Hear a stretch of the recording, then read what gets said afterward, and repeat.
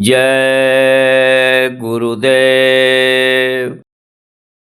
हमरे हित गुरुदेव जी धारे मनुज स्वरूप।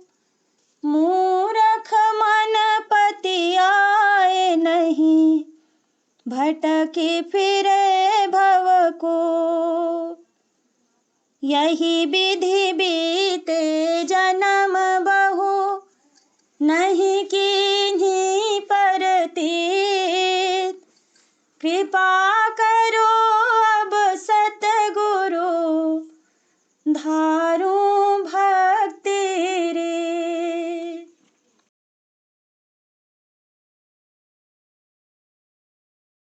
मेरे गुरु जी से कहियो जाय, खबरिया मेरे सतसंगी। मेरे गुरु जी से कहियो जाय, खबरिया मेरे सतसंगी। जब से बिछुड़े हम सतगुरु से, जब से बिछुड़े हम सतगुरु से। कोई न खबर कहे मेरी उनसे, कोई न खबर कहे मेरी उनसे। मोहे काल रहो भरमाए, खबरिया मेरे सतसंगी। मोहे काल रहो भरमाए, खबरिया मेरे सतसंगी। मेरे गुरु जी से कहियो जाय, खबरिया मेरे सतसंगी। मेरे गुरु जी से कहियो जाय, खबरिया मेरे सतसंगी। जब से आए हम या जग में, जब से आए हम या जग में। हो गए बैरी मन के वश में, हो गए बैरी मन के वश में। मोको काम रहो तड़पाए, खबरिया मेरे सतसंगी। मोको काम रहो तड़पाए, खबरिया मेरे सतसंगी। मेरे गुरु जी से कहियो जाय, खबरिया मेरे सतसंगी। मेरे गुरु जी से कहियो जाय, खबरिया मेरे सतसंगी। जब से आए देश वीराने, जब से आए देश वीराने। हमने हमको ही ना पहचाने, हमने हमको ही ना पहचाने। मोको माया ने लियो भरमाए, खबरिया मेरे सतसंगी। मोको माया ने लियो भरमाए, खबरिया मेरे सतसंगी। मेरे गुरु जी से कहियो जाय, खबरिया मेरे सतसंगी।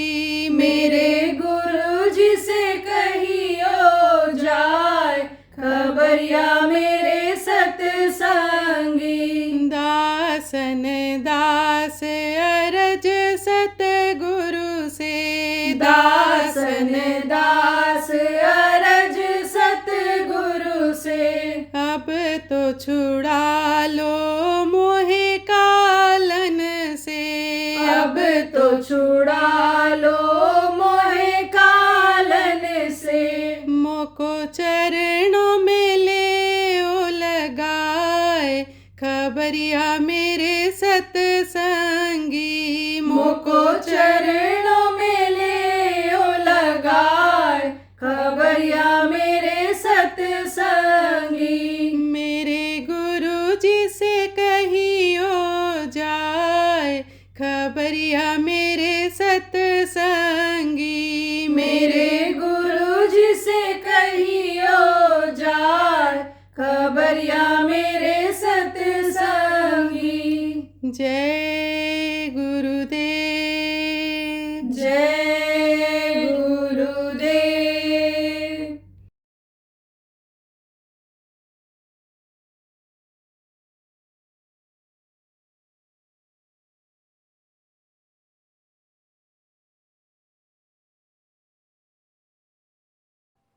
अविनाशी किसको कहते हैं? जो कभी भी खत्म नहीं होता है, जिसका नाश नहीं होता है, तो वो जो शब्द रूप में है, सत्पुरुष जिसको कहते हैं, वो कभी भी खत्म नहीं होते हैं, हमेशा रहते हैं। वो तो वही है सत्य। वो सत्य जी, वो कभी भी यहाँ काल के देश में नहीं आए आज तक, और न काल के चक्कर में है, वो काल के फंदे में आ सकते हैं। और आए भी, अगर दिखाई भी पड़े मिले भी, तो भेजे गए अपने नुमाइंदे, जिनको संत कहा गया, सद्गुरु कहा गया, उनमें उनकी ताकत दिखी। देखने वाले ने ये कहा पूरी ताकत उनमें है। कैसे पता चलता है? अंतर से पता चलता है। अंदर में जब उनका दर्शन हो जाता है, तीसरी आंख खुल जाती है, आत्मचक्षुषो नेत्र खुल जाता है, और साधना करता है, मेहनत करता है साधक, और जब पहुंचता है, उनका दर्शन होता है, तब उसको भान होता है, ज्ञान होता है कि वही ताकत गुरु में भी है हमारे। संत सद्गुरु जिनको कहा गया, स्पिरिचुअल मास्टर जिनको कहा गया, मुर्शिद कामिल जिनको कहा गया, उनमें भी यही है। वही ताकत उनमें भी है। इनमें दो में भी कोई अंतर नहीं है। तभी तो कहा ना, सत्य पुरुष की आरसी संतन की ही दें, और लखना चाहो अलख को तो इन्हीं में लख ले। अगर अलख जिसको लोगों ने कहा नहीं देखा जा सकता है, उसको अगर देखना चाहते हो तो संत के अंदर देखो, अपने अंदर देखो, संत में वो पावर मिलेगी, वो शक्ति मिलेगी। तो मैं आपको बता रहा था कि उनका नाश नहीं होता है। इसीलिए जो भी संत आए, सद्गुरु आए, अलग अलग नामों से उनको पुकारा। किसी ने अकाल पुरुष भी कहा है, जो काल के चक्कर में नहीं आते हैं। आ माने नहीं, और काल माने काल, यानी काल के चक्कर में नहीं आते हैं वो। तो अब आप ये समझो कि वही हैं सत्य। दूसरी बात यह है कि मौत सत्य है। मौत को कोई टाल सकता है? मौत को कोई नहीं टाल सकता है। मौत तो आनी ही आनी है। इस धरती का नियम है, विधान है कि जो भी पैदा होता है, मनुष्य शरीर में आता है, सबकी मृत्यु होती है। देखो, तमाम लोग आए मनुष्य शरीर में, जिन्होंने अच्छा काम किया, लोगों ने उनको भगवान मान लिया। राम भगवान जिनको कहा गया, कृष्ण भगवान जिनको कहा गया, परशुराम भगवान जिनको कहा गया, जिनको आप ये समझो कि अन्य नामों से महात्माओं को लोगों ने पुकारा। मनुष्य शरीर में थे सब लोग, और वो शरीर छोड़ करके गए। मनुष्य और शरीर छोड़ना पड़ा उनको, अपनी इच्छा से छोड़ा, या समय पूरा हो गया तब छोड़ा, लेकिन छोड़ना पड़ा। तो इस धरती का नियम ही यही है कि जो पेड़ फलता है वो झड़ता है, जो आग जलती है वो बुझती है, जो पैदा होता है वो मरता है। यही है सत्य। जिस चीज को बहुत से लोग भूल रहे हैं, आप भी बहुत से लोग भूल रहे हो। आप कल कोई नहीं देखे हो और कल की फिक्र में सब लगे हुए हो। तो यही है भ्रम और भूल, यही भ्रम और भूल की दुनिया है। यही है माया का पर्दा। माया ने पर्दा डाल दिया है। माया जो है नचा रही है, माया घुमा रही है, माया अपनी चीज़ों में लुभा रही है और फंसा रही है आपको।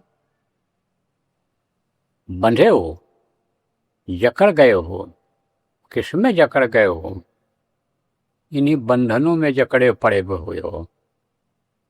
देखो, सबसे पहला बंधन तो इस शरीर को ही बताया गया। क्यों? क्योंकि शरीर में अगर पेट न होता, मुंह न होता, तो कुछ करना पड़ता? नहीं करना पड़ता। फिर तो बैठे रहना पड़ता, खाली भजन ही पूजन करते रहना पड़ता, करते रहते। लेकिन कमाओगे नहीं तो खाओगे क्या? हाथ पैर आँख कान सब इसी से जुड़े हुए हैं। मजबूरी है इसको चलाने के लिए। खाने का इंतजाम करना है, कपड़े का इंतजाम करना है, घर मकान बनाना है। अगर बुढ़ापा आ गई, तकलीफ हो गई, बीमारी हो गई, तो दवाई भी खाना है, दवाई का इंतजाम करना है। मौसम बदलता है और ध्यान नहीं रखा तो उससे भी रोग हो जाता, तकलीफ हो जाती है। तो आप फिर समझो कि उसके लिए भी दवाई का इंतजाम करना है। कोई चीज़ अच्छी लग गई, क्योंकि खाते खाते ये मन बड़ा चंचल हो जाता है। एक दिन अगर अच्छी चीज़ मिल जाए खाने को तो वही मांगता है, और वही अगर बराबर खाते रहोगे तो नुकसान कर जाएगा, तो बीमारी बढ़ जाएगी, तो उसके लिए दवा का इंतजाम करना पड़ेगा।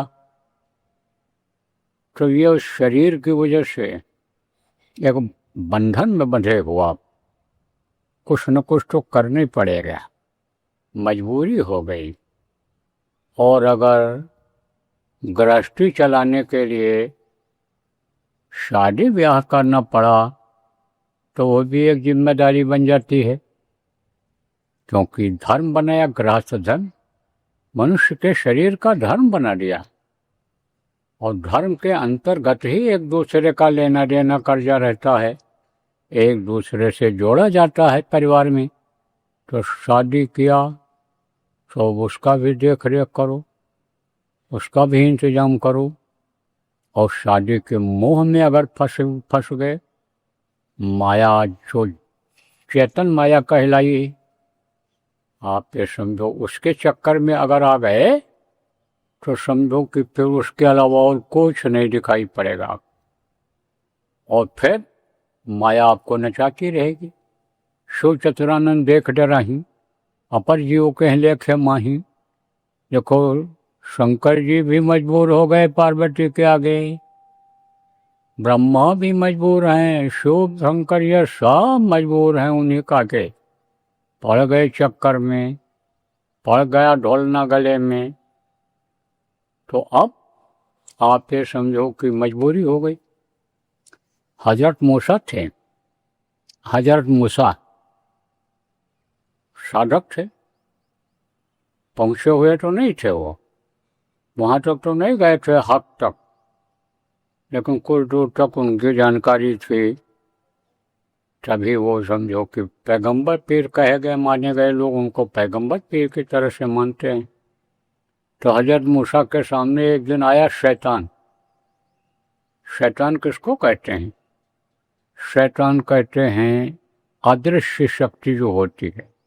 अदृश्य माने जिसको आप देख नहीं पाते हो और उसमें ताकत होती है। लेकिन ये शक्तियाँ दो तरह की होती हैं, एक देव शक्ति होती है और एक राक्षस वाली शक्ति होती है, दानों वाली शक्ति होती है। तो जो देव शक्ति होती है वो तो रक्षा भी करती है, और ये जो दानव शक्ति होती है उसका काम होता है सजा देना, तो उन्हीं को राक्षस कहते हैं। तो वो आ गया सामने, वो आ गया आपका समझो, और बोला, जिसको शैतान कहते हैं, आया और बोला, कहा तुम उसकी इबादत करते हो, तुम हमको अच्छे लगते हो, क्योंकि वो भी तो उसी के बनाए हुए हैं। वो उनके कर्म ऐसे हो गए कि वो उस योनि में वो चले गए। लेकिन उनको इस बात की जानकारी है कि भाई ये मालिक को याद करते हैं, ये अच्छे हैं, ये खराब हैं।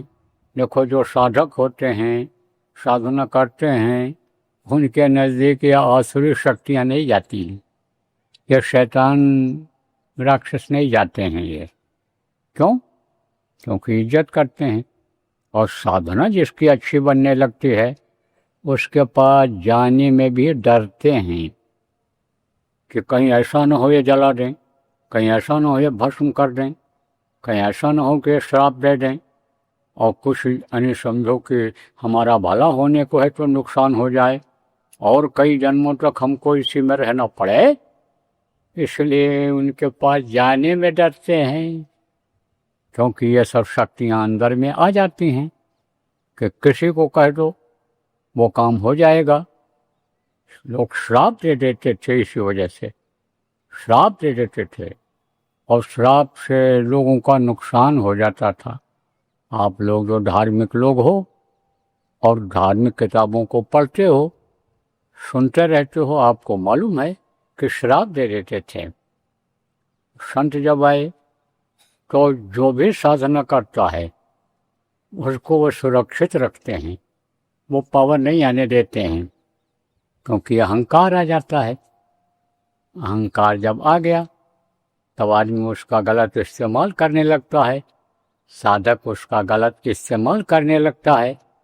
दीनता खत्म हो जाती है जब अहंकार आता है, और अहंकार जब आता है तब वो शैतान सवार हो जाता है, बर्बाद कर देता है। इसलिए ये समय भान ज्ञान नहीं होता है साधकों को, लेकिन इसी में बैठे हुए हैं साधक, जो खजाना लिए बैठे हैं, अपने को शो नहीं करते हैं। आप कोई चैलेंज करोगे, मैं बता दूंगा कि ये सब काम कर सकते हैं, तो वो शक्ति जब अंदर में आती है तो ये शक्तियाँ नहीं जाती हैं, और वो शक्ति जब आ जाती है तब ये सजा भी दे देते हैं, सजा दे देते हैं। इसलिए साधकों के पास नहीं जाते हैं। तो शैतान आया, शैतान आया तो कहा, देखो आप मालिक को याद करते हो, लेकिन आप हमसे बचना। अगर क्रोधी रहोगे, क्रोध ज़्यादा करोगे, तो तुमसे मैं गेंदे की तरह से, जैसे गेंदे से बच्चा खेलता है, उठाता है पटकता है, उठाता है पटकता है, फेंकता है, ऐसे खेलूँगा, तुम कुछ नहीं कर पाओगे फिर, क्योंकि मैं शैतान हूँ। हमारा काम यही है, हमारी ड्यूटी इसी बात के लिए लगाई गई है कि जो यानी समझो कि नियम कानून से अलग हो उसको सजा दो, उसके साथ में लग जाओ और उसको बर्बाद कर दो। तो हमारा काम यही है। लेकिन तुमसे हमको मोहब्बत है, प्रेम है, उपदेश करता हूँ और ना मानोगे। देखो मानते कहाँ हैं लोग, कहते हैं विनाश काले विपरीत बुद्धि। इस समय जैसे बुद्धि विपरीत हो जाती है, बताया जाए, लेकिन उस चीज़ को लोग समझते नहीं हैं, मानते नहीं हैं, क्योंकि स्वभाव में वो चीज़ आ गई। दूसरा कहा वो कि देखो औरतों से दूर रहना और दूसरे की औरत की परछाई भी न पड़े तुम्हारे ऊपर, उनसे तो बहुत दूर रहना। अपनी औरत से भी उतना लगाव नहीं होना चाहिए कि समझो कि बिल्कुल एकदम से दिल में ही समा जाए। ये समझो कि फर्ज अदा करने के लिए हमको प्रेम करना है, प्रेम करो, लाओ, जब दूसरे के यहाँ से लाए हो और लाओ शादी करके, तो लिप्त मत हो जाओ। बच्चा पैदा करने के हिसाब से प्रेम करो, काम करने लेना देना कर जाए एक दूसरे का अदा करने के हिसाब से यानी प्रेम करो। लिप्त मत हो जाओ, लिप्त हो जाओगे तो फंस जाओगे। फिर बाईगत सांप छछुंदर जैसी। छछुंदर इसको जानते हो? सुइया होती है लंबे मुंह की। तो सांप को चूहा बहुत प्यारा होता है, बहुत। चूहे का जहाँ बिल होता है या चूहे के पेशाब की और लैट्रिन की जहाँ बदबू आती है, वहाँ पर सांप जरूर जाते हैं चूहा खाने के चक्कर में। लेकिन धोखे में अगर वो छछुंदर जो छी छी छी छी करती है, जिसका पानी समझो मल भी, लैट्रिन जिसको कहते हैं, बहुत बदबू करता है और खुद भी बहुत बदबू वाली होती है, किसी भी बिस्तर से गुजर जाए, किसी तरफ से गुजर जाए तो वो जगह बदबू करने लग जाती है। तो वो अगर पकड़ में आ गया सांप के, तब वो न छोड़ पाता है न निगल पाता है। चूहा को पकड़ ले तो निकल जाएगा, मोटर से मोटा चूहा को निकल जाता है पतले मुंह का सांप। जैसे ये बिल्ली होती है, बिल्ली चूहा को पकड़ लेती है, छोड़ती नहीं। वो भी बड़ी, चूहा उसके लिए भी बड़े प्यारे होते हैं। मैंने अपनी आंखों से देखा, एक छोटा सा बिल्ली का बच्चा था, बहुत छोटा था। अब जब एक चूहा मोटा सा निकला, मैं बैठा था देख रहा था, तो उसने हमला कर दिया। और जब हमला किया तो वो यानी जैसे ऐसे कुलांच भरा, तो बिल्ली का बच्चा गिर गया, ऐसा पलट गया उसकी ताकत से। लेकिन फिर उठा और फिर दौड़ करके क्या पकड़ा, फिर वो जोर लगाया, लेकिन हिम्मत नहीं हारा, फिर उसको पकड़ ही लिया और पकड़ करके उसको लेकर के निकल गया। चल न पावे ऐसे, लेकिन निकल गया ऐसे। हम यही नहीं सोच पा रहे हैं कि हम करें तो क्या करें, कैसे बचाऊं, क्या करें। इतनी देर में तो काम तमाम कर दिया उसी। बहुत पहले की बात है, आज की नहीं, कई साल पहले की बात है। तो जब छछुंदर को पकड़ लेता है सांप तो निकलता नहीं है। अगर निकल जाए तो मर जाए उसके जहर से, बहुत जहरीली होती है। और अगर छोड़ दे तो छछुंदर बदला लेती है, पंजा से उसका आँख फोड़ देती है सांप का। तो कहीं सोचता है अंधा न कर दे हमको और निकल जाए तो कहीं मर न जाए। तो निकलता तो नहीं है, छोड़ता है। लेकिन कब छोड़ता है? जब देख लेता है मर गई। तो कैसे मारता है उसको? ऐसा दबाता है, तब चू चू चू चू बोलती है, क्योंकि उसकी जो मांसपेशियां हैं, खाल है, थोड़ा बहुत हड्डी पड्डी होती होगी, नस होता है। तो जब दबता है तो वो दर्द करता है तो रोती है, चू चू बोलती है। तो पकड़े रहता, दबाए रहता है। फिर उसके बाद फिर ढीला करता है, तब फिर आगे को भगने की कोशिश करती है, तब फिर दबाता है। ऐसे जब देख लेता भग नहीं पा रही, मर गई, तब छोड़ता है। तो ऐसे ही फंस जाते हैं चक्कर में। देखो, आप ये कोई मत सोचना कि आलोचना बुराई कर रहे हैं, लेकिन सही बात आपको बता रहा हूँ। और राजा दशरथ जो भगवान राम के पिताजी थे, वो कैकेयी के प्रेम में इतना लिप्त थे कि कैकेयी को वरदान दे डाले थे। और समझो कि उसने उसका दुरुपयोग जब किया, गलत का साथ पड़ने की वजह से। देखो, साथ का असर होता है, संगत ही गुड़ होत है, संगत ही गुड़ जाए। बांस 5 और मिश्री एक भाव बिकाए। मिश्री के अंदर रस्सी पड़ी रहती है, बांस के टुकड़े पड़े रहते हैं, वो भी मिश्री के भाव बिक जाते हैं। तो मंथरा दासी थी, और मंथरा जो है नहीं चाहती थी कि राजा राम को अन्य समझो कि राजगद्दी मिले। तो दिमाग खराब कर दिया उसका, कई का, और उसी वचन के अंतर्गत उसने राम का वनवास मांग लिया।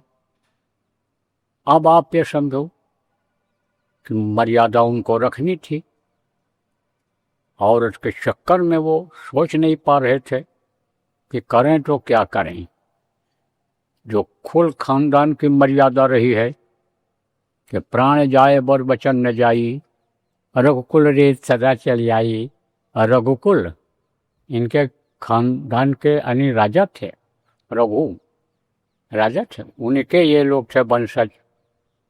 तो उनका यह था कि प्राण अगर निकल जाए लेकिन किसी को वचन दे दो तो उसको पूरा करो।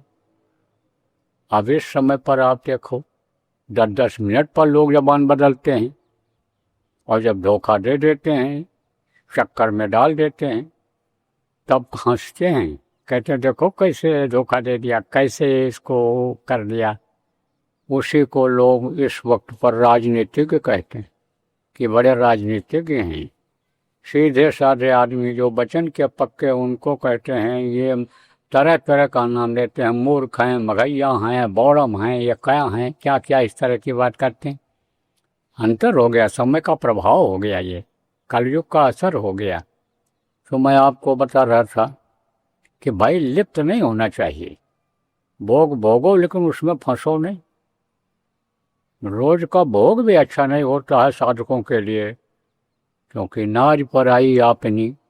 कबीर साहब ने कहने में कुछ संकोच नहीं किया, जितने भी महात्मा महापुरुष आए किसी ने संकोच नहीं किया। तो मैं तो अपनी बात कुछ कहता नहीं हूँ, मैं तो उन्हीं की बात दोहरा करके समझाता हूँ। तो उन्होंने कहा नाज पर आई आपन, और भोगत नरक जाए, और आग आग सब एक है, और हाथ धरे जल जाए। आग सब एक होती है, चाहे अपनी हो चाहे उनकी हो। तो बार बार जो है ये भोग अच्छा नहीं होता है। अब बच्चियों के लिए मैं कहूँगा, बच्चियों अब इस वक्त पर आप ये समझो कि पुरुष और औरत में ज़्यादा अंतर नहीं रह गया। पहले औरतें घर में रहती थीं, अब ये घर से बाहर निकलने लग गईं। तो पर्दे में जब ये रहती थीं तो इनके सामने कोई इस तरह का पर्दा नहीं था कि जिसकी तरफ ये आकर्षित हो पाएं। और ये नियम के अंतर्गत बंधी हुई थी, एक है धर्म एक बर्तने माँ, और काई वचन मन पद पद प्रेमा। पति के पैर के अलावा और किसी की पूजा नहीं किया, किसी की तरफ देखी ही नहीं, नज़रों में नज़र नहीं मिलाई। कितना कोशिश किया उसने, किसने किया? रावण ने। कहा एक बार विलोक में मोरा, किससे कहता था? सीता का अपहरण जब करके ले गया और अशोक वाटिका में रख दिया तो जबरदस्ती नहीं करता था, जबरदस्ती करता जला देती, इतना पावर था उनमें, शक्ति थी। तो आप ये समझो उनको मना करके उनके साथ रहना चाहता था, तो समझाता था, कहता था एक बार विलोक में, एक बार मेरी नज़र में नज़र मिला दो, एक बार मेरी तरफ देख लो प्यार भरे नज़रों से।